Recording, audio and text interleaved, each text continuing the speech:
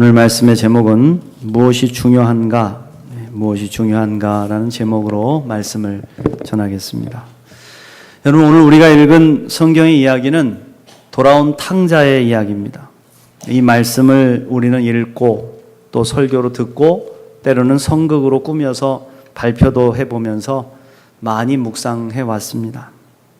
작은 아들이 아버지에게 유산을 미리 나누어 달라고 하고는 가지고 나가서 흥청망청 살다가 다 망해먹고 비참한 삶을 살게 되니까 아버지의 사랑을 그때서야 깨닫게 되고 돌아왔다는 이야기. 그리고 그 아들을 아무 조건 없이 사랑으로 다시 받아주신 이 아버지의 이야기가 이 성경 말씀의 주제입니다. 물론 당시 아버지가 살아계심에도 불구하고 유산을 먼저 나누어 달라는 것이 얼마나 큰 불효인지 이걸 문화적인 배경을 가지고 이야기할 수도 있고, 탕자가 돌아와 아버지에게 아들로 나 살 수 없으니까 품꾼, 종으로, 노예로 써달라고 하는 이야기가 얼마나 심각한 이야기인지에 대해서도 할 이야기가 많이 있습니다. 그러나 대부분 이 성경 말씀은 집 떠난 작은 아들의 죄와 고난, 그리고 회개한 아들을 향한 한없는 아버지의 사랑에 대해서 이야기를 합니다. 물론 여러분, 집 떠난 탕자처럼 세상에서 방황하며 죄짓고 망가진 인생을 우리도 살아갈 때가 있습니다. 그래서 탕자의 모습 속에서 우리 자신의 모습을 보게 됩니다. 그런데 저는 집 떠난 탕자 같은 인생도 많이 있지만 더 많은 사람들은 집에 남아있는 아들, 집에 남아있던 큰아들 같은 삶을 살 때가 많다는 것을 깨달았습니다. 우리 자신이 이 이야기에 나오는 탕자의 형이라는 것입니다. 진정 아버지의 사랑을 깨닫지 못하고 아버지의 마음이 어디 있는지를 모르고 무엇이 중요한지를 보지 못하고 미워하고 원망하고 분노하는 모습이 결국 우리의 모습이라는 거죠. 조금만 마음을 열고 자신이 누리고 있는 복이 얼마나 귀한 것인지를 깨닫고 이미 모든 것을 주신 하나님 아버지 사랑이 얼마나 큰지를 깨달으면, 그러면 한없는 자유와 기쁨을 누릴 수 있습니다. 그런데 겨우 돌아와서 사람 구실 좀 하려는 동생을 보면서 미워하고 거기에 매여가지고 불행해하는 형의 모습이 오늘 우리의 모습이 아닌가, 우리 스스로를 좀 돌아봐야 된다. 저는 오늘 말씀을 묵상하면서 특별히 큰아들의 모습에 초점을 맞춰 살펴봤습니다. 잔치가 베풀어지고 사람들이 함께 기뻐하고 있을 시간에 큰아들은 기분이 나빠 있었다. 아버지 재산을 함부로 가지고 나가서 말아먹은 동생도 못마땅하고, 그 아들을 아무 조건 없이 받아주신 아버지도 못마땅하고, 무엇보다도 잘한 것도 없는 놈이 돌아왔다고 잔치를 벌이고 함께 즐거워하는 모습이 미치도록 싫었습니다. 그래서 그는 아예 집에 들어가기가 싫어서 집 밖에 서서 안 들어가겠다고 시위를 벌이고 있는 것이죠. 28절 말씀 보시면 그가 노하여 들어가고자 하지 아니하거늘 아버지가 나와서 권한대 그랬습니다. 여러분, 왜 이토록 큰아들의 마음에 분노가 일어났을까요? 그것은 바로 나는 못 받았는데 너는 받았다는 데서 오는 분노입니다. 누가복음 15장 29절부터 보시면 내가 여러 해 아버지를 섬겨 명을 어김이 없거늘 내게는 염소 새끼라도 주어 나와 내 벗으로 즐기게 하신 일이 없더니 아버지의 살림을 창녀들과 함께 삼켜버린 이 아들이 돌아오매 이를 위하여 살찐 송아지를 잡으셨나이다. 이겁니다, 여러분. 큰아들은 자신을 대하는 아버지의 모습과 동생을 대하는 아버지의 모습을 비교하고 있는 것이죠. 자신은 늘 바르게 살았고 아버지의 뜻을 어긴 일이 없다고 말합니다. 그런데 아버지는 자기에게 아무것도 해준 것이 없다는 것이죠. 다시 말하면 나는 내 공로로 내 힘으로 열심히 살아왔는데 아버지가 내게 해준 게 뭐냐 이겁니다. 동생 놈은 자기가 하고 싶은 대로 다 하고 나가서 죄짓고 모든 재물을 탕진하고 돌아왔는데 지금 그 동생을 위해서 소잡고 잔치를 베푸는 것이 마땅한 일이냐, 가당키나 한 일이냐, 그것입니다. 그러나 여러분, 과연 그럴까요? 과연 그럴까요? 아버지와 함께 하면서 평안하게 지내온 큰아들이 아버지에게 받은 것이 아무것도 없을까요? 그가 누리고 온 평안과 안정된 삶은 누가 공급해 준 것일까요? 때로 우리는 큰아들과 같은 마음을 가질 때가 있습니다. 사실 평안하게 잘 살고 있습니다. 아주 특별한 은혜를 누린 것은 아니지만 그래도 큰 어려움 당하지 않고 잘 살아왔습니다. 그러다가 형제나 이웃에게 일어난 기쁜 일을 보게 됩니다. 갑자기 좋은 일이 생깁니다. 돈을 많이 벌게 됐든가, 승진을 했든가, 나 자식들이 잘 됐다든가, 이런 막 이야기들이 들려오는 것이죠. 그러면 마음을 열어서 축하해주고 함께 기뻐해주면 안 될까요? 그런데 그 상황에서 우리는 비교하기 시작하고 열등감을 갖기 시작하더라. 나보다 못한 사람인데, 잘한 것도 없는 것 같은데 무슨 복이 많아서 저렇게 잘 됐나? 그러면서 현재 자신이 누리고 있는 일상의 삶의 축복을 하찮은 것으로 여기기 시작하더라.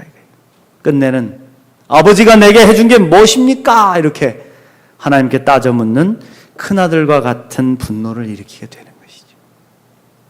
부모 자식 간에도 이런 일들이 많이 있습니다. 자식을 똑같이 사랑하는 것 같지만요, 부모는 조금 모자란 자식에게 마음이 쓰이거든요.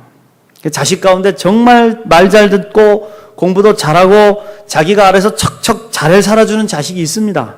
물론 부모님이 그를 자랑스러워하고 대견해하는 것 당연합니다.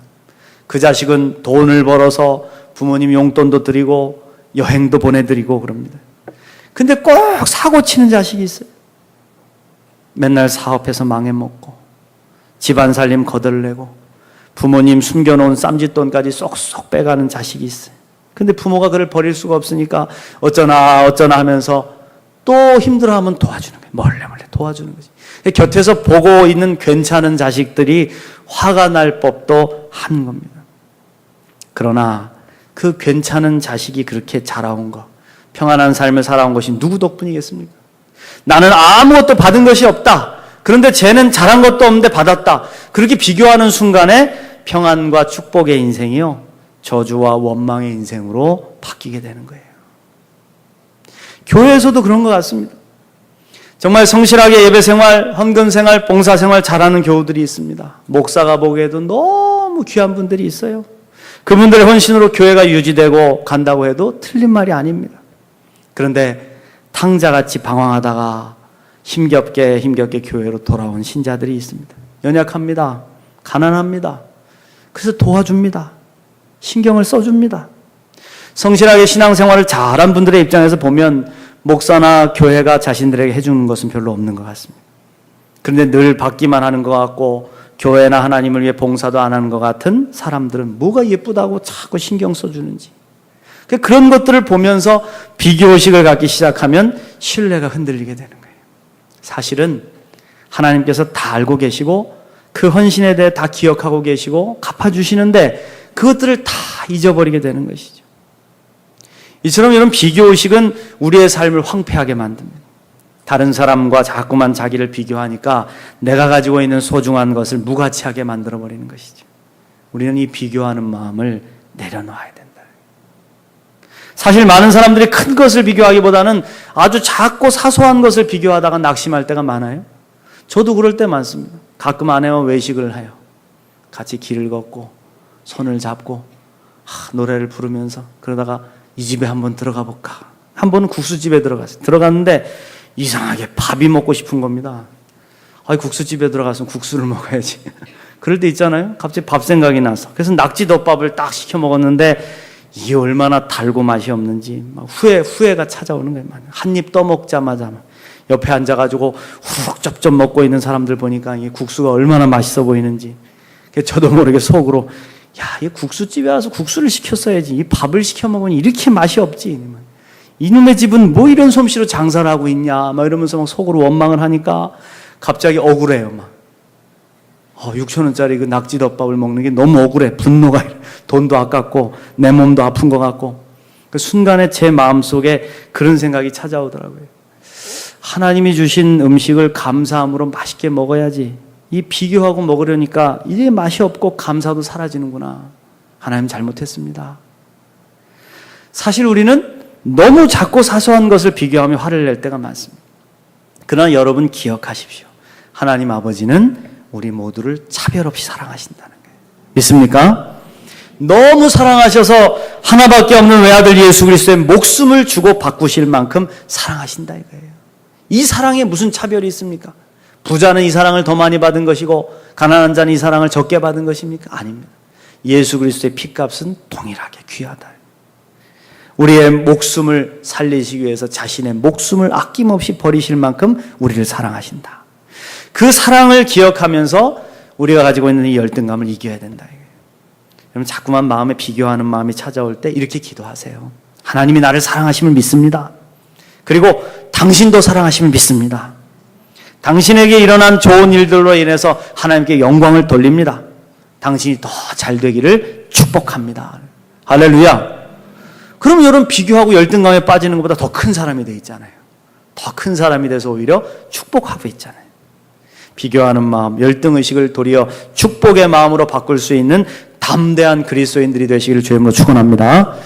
두 번째로 탕자의 형이 잊고 있는 것이 있었습니다. 그것은 31절의 아버지의 말씀이에요. 31절 보십시오. 보시면 아버지가 이르되 예 너는 항상 나와 함께 있으니 내 것이 다 내 것이로되. 할렐루야. 아버지의 것이 다 누구의 것이라고요? 나의 것이다. 그렇습니다. 아버지의 것이 다 자기의 것이었는데 큰아들은 이 사실을 잊고 있었습니다. 그래서 지금 살찐 송아지 한 마리 잡아서 잔치 벌이는데 분노하고 있는 겁니다.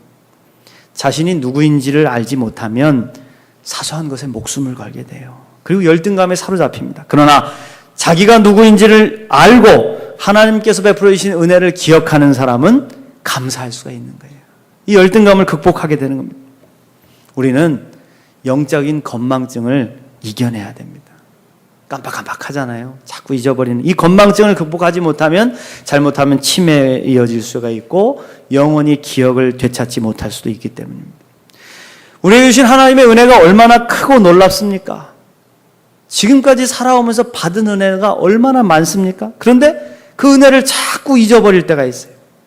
이스라엘 백성들도요, 하나님이 주신 은혜를 자꾸 잊어버리고 죄를 짓게 되니까 하나님 뭐라고 말씀하십니까? 너는 말씀을 잊지 않기 위해서 그 말씀을 주야로 묵상하고 아침 저녁으로 계속 읽고 이마에도 붙이고 손목에도 붙이고 네 집 들어가는 문설주에도 붙여서 기억하라 이거예요. 계속 기억하라. 그리고 그 말씀을 자손들에게 부지런히 가르쳐 지키게 하라. 그래서 여러분, 이스라엘 백성들은요, 가는 곳마다 제단 쌓고 하나님께 예배드리고 그리고 가는 곳마다 하나님이 행하신 일을 기념하는 기념비를 세웠습니다. 왜? 잊지 않기 위해서. 또 자녀들을 키울 때 가장 귀하게 가르치는 것이 성경 말씀과 역사 공부였습니다. 잊지 말자. 하나님 이런 분이시다. 이 말씀을 잊지 말자. 우리가 이 말씀을 잃어버렸을 때 우리의 인생이 어떻게 처참하게 변했을지를 너는 기억해라. 그러나 이 말씀을 지키고 순종으로 살았을 때 우리의 삶이 얼마나 아름다운 하나님의 은혜로 풍족해졌는지를 우리가 기억하자 이겁니다. 사랑하는 성도 여러분, 영적인 건망증을 이겨낼 수 있는 저와 여러분 되시기를 축원합니다. 어떤 주부가요, 휴가를 가다가 그만 다리미 전원을 뽑지 않고 가는 바람에 집에 불이 날 뻔한 일이 있었다고 합니다. 그래서 그 다음 해에 휴가를 떠나는데 고속도로로 들어가가지고 한 2시간쯤 달려가는 차 안에서 갑자기 또 생각이 나. 불현듯 생각이 나. 다리미 전원을 뽑지 않은 것 같은 느낌이 왔다. 그래서 남편에게 아무래도 다리미를 끄지 않은 것 같으니 돌아가자고. 그래서 남편도 1년 전에 있었던 일이 생각나니까 급하게 차를 돌려가지고 집에 돌아왔어요. 와보니까 이게 웬일입니까? 다리미는 꺼져 있고 예쁘게 감겨져서 탁 서 있더라 이겁니다. 남편이 얼마나 화가 나는지 그냥 서로 싸우다가 휴가도 가는 둥 마는 둥 지나갔어요. 다음에 또 휴가를 갑니다. 그런데 이번에도 다리미를 끄지 않은 것 같아요. 어쩔 수 없이 또 돌아갔어요. 또 막상 집에 돌아가 보니까 다리미는 잘 감겨져 있는. 남편이 또 화가 났어요. 그 해에도 휴가를 망쳤습니다. 그 다음에 또 휴가를 갑니다. 휴가 가는 길에 부인이 또 다리미 이야기를 시작하는 거예요. 여보, 이번엔 진짜 다리미를 끄지 않고 온 것 같아요. 그때 남편이 화를 내는 거예요. 껐어! 껐어. 아니에요. 당신이 빨리 가자고 하도 소리를 쳐서 그냥 나온 것 같아. 얼른 돌아가요. 그래서 남편이 껐어! 하는 거예요. 아니, 당신이 어떻게 알아요? 그럴 줄 알고 내가 다리미를 싸가지고 왔어. 가방에 넣어가지고 온 거예요. 여러분, 건망증이 있으면요, 인생이 피곤해지는 것이죠. 자꾸 잊어버리면. 붕어가 IQ가 낮아가지고 자꾸 잊어먹는 자잖아요. 그래서 낚시를 해보시는 분들 알죠? 입이 너덜너덜한 붕어들이 있습니다. 왜? 낚시에 걸려가지고 풀어주면 또 잡히고, 풀어주면 또 잡히고. 그 낚싯바늘에 꼬여져가지고 건져 올려서 죽을 고비를 넘기는 게 얼마나 큰 고통이겠어요. 근데 잊어먹는 거예요. 또 잊어먹으니까. 또 잡히고, 또 잡히고. 여러분 그렇습니다. 우리도 하나님의 은혜를 잃어버리고요, 하나님의 뜻을 잊어버리면 고난을 반복하게 되는 겁니다. 계속 반복하게 됩니다. 사랑하는 성도 여러분, 잊지 마십시오. 우리에게 주신 하나님의 은혜가 큽니다. 지금 누리고 있는 것도 작지 않습니다. 감사할 일들이 너무 많습니다. 그걸 잊지 마시고 기억하십시오. 기억하고 감사할 때 주님께서 주시는 은총은 더욱 차고 넘치게 될 줄 믿습니다.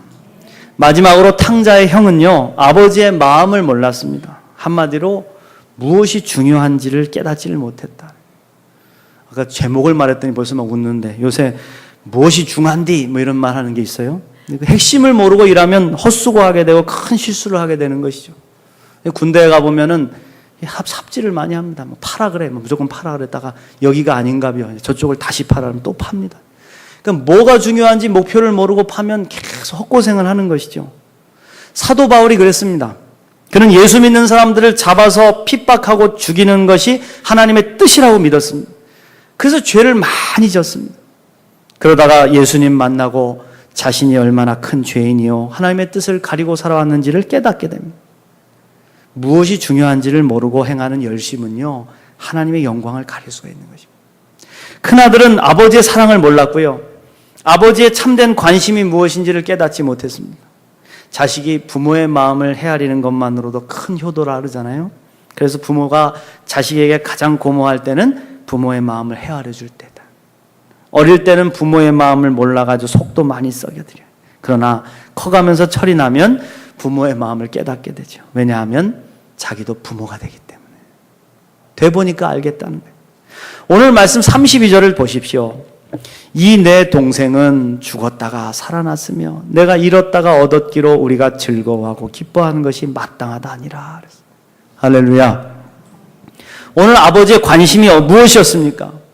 잃어버린 동생을 찾는 것이었잖아요. 비가 오나 눈이 오나 집 나간 아들을 오기를 기다리는 그 늙어가는 아버지였잖아요. 잃어버린 아들이 다시 돌아와 행복한 삶을 사는 것이 아버지가 바라는 마음이죠. 그러나 부족한 형은 아버지 마음을 이해 못하는 겁니다. 동생을 잃어버렸든 말든 죽든 말든 자기만 잘 살면 된다는 이기적인 마음을 가진 겁니다. 부모의 마음은 모자라고 부족한 자녀에게 애틋한 심정이 있습니다. 그래서 언제나 아픈 자녀들, 부족한 자녀들, 죄 지은 자녀들, 집 나간 자녀들을 향해 마음이 흘러가는 것이죠. 그렇다고 해서 성실하게 잘 살고 있는 자녀들을 사랑하지 않는 게 아닙니다. 사랑합니다. 믿었고 자랑스럽고 기쁩니다. 여러분 생각해 보십시오. 세상에서 방황하면서 그렇게 고생하면서 사는 게 좋습니까? 평안이 좋은 것이죠. 그렇습니다. 평안히 잘 살고 있다는 그것만으로도 우리는 축복을 받은 것이죠. 아버지와 함께 살고 있고 아버지의 것이 다 그의 것이고 지금 행복을 누리고 있다 이겁니다. 사랑하는 성도 여러분, 세상에서 방황하고 죄짓고 죽도록 고생하다가 하나님의 품에서 위로를 받는 것도 좋지만 하나님의 뜻 안에 살아가면서 죄를 멀리하고 평안과 감사가 넘치는 인생을 사는 것이 더 귀하지 않습니까? 그겁니다, 여러분. 무엇이 중요합니까? 잃어버린 동생을 되찾는 것, 그리고 그가 변화되어 진정한 아버지의 자녀로 거듭나는 것, 깨달아 다시는 죄의 길로 가지 않고 살아가는 것, 그것을 얻기 위해서 그깟 소 한 마리가 아깝겠냐 이거예요. 교회에서 찾아오는 연약한 성도들, 믿음이 없어서 방황하는 그들을 구원하고 온전한 하나님의 자녀로 삼기 위해서 뭐가 아깝겠습니까, 여러분? 사랑하는 성도 여러분, 여러분의 마음을 넓히십시오. 하나님 아버지의 마음을 품으십시오. 비교의식, 열등감을 버리십시오. 내가 그 사람을 향해 미운 마음과 열등감을 품는다고 해가지고 그 사람이 더 불행해지지 않습니다. 반대로 그를 우리가 죽도록 미워한다고 해서 내가 더 행복해지는 것도 결코 아닙니다. 내가 행복해지는 길은 아버지의 마음을 품고 탕자를 축복하는 길이에요.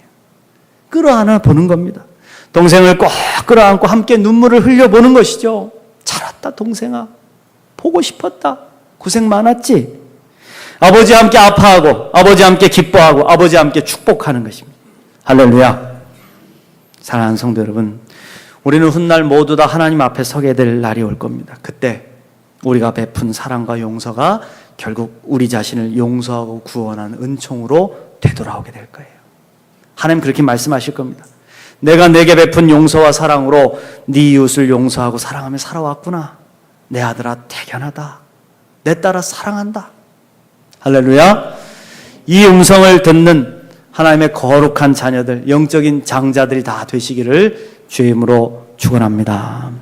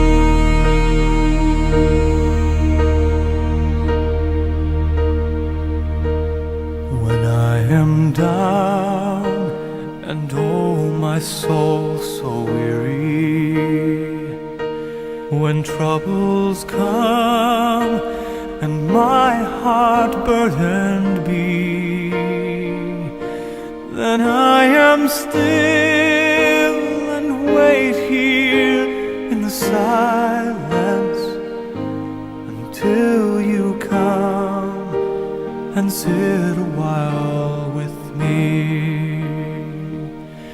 You raise me up so I can stand on mountains. You raise me up to walk on stormy seas.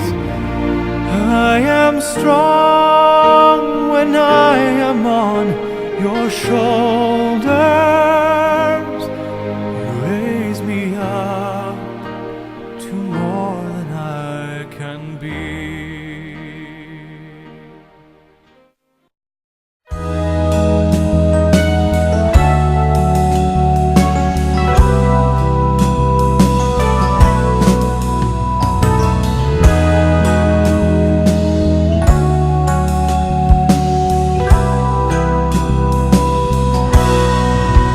나의 갈 길 다가도록 예수 인도하시니 내 주 안에 있는 그를 어찌 의심하리요.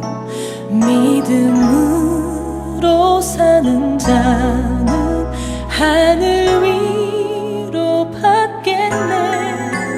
무슨 일을 만나든지 만사형통하리라. 무슨 일을 만나든지 만사형통하리라.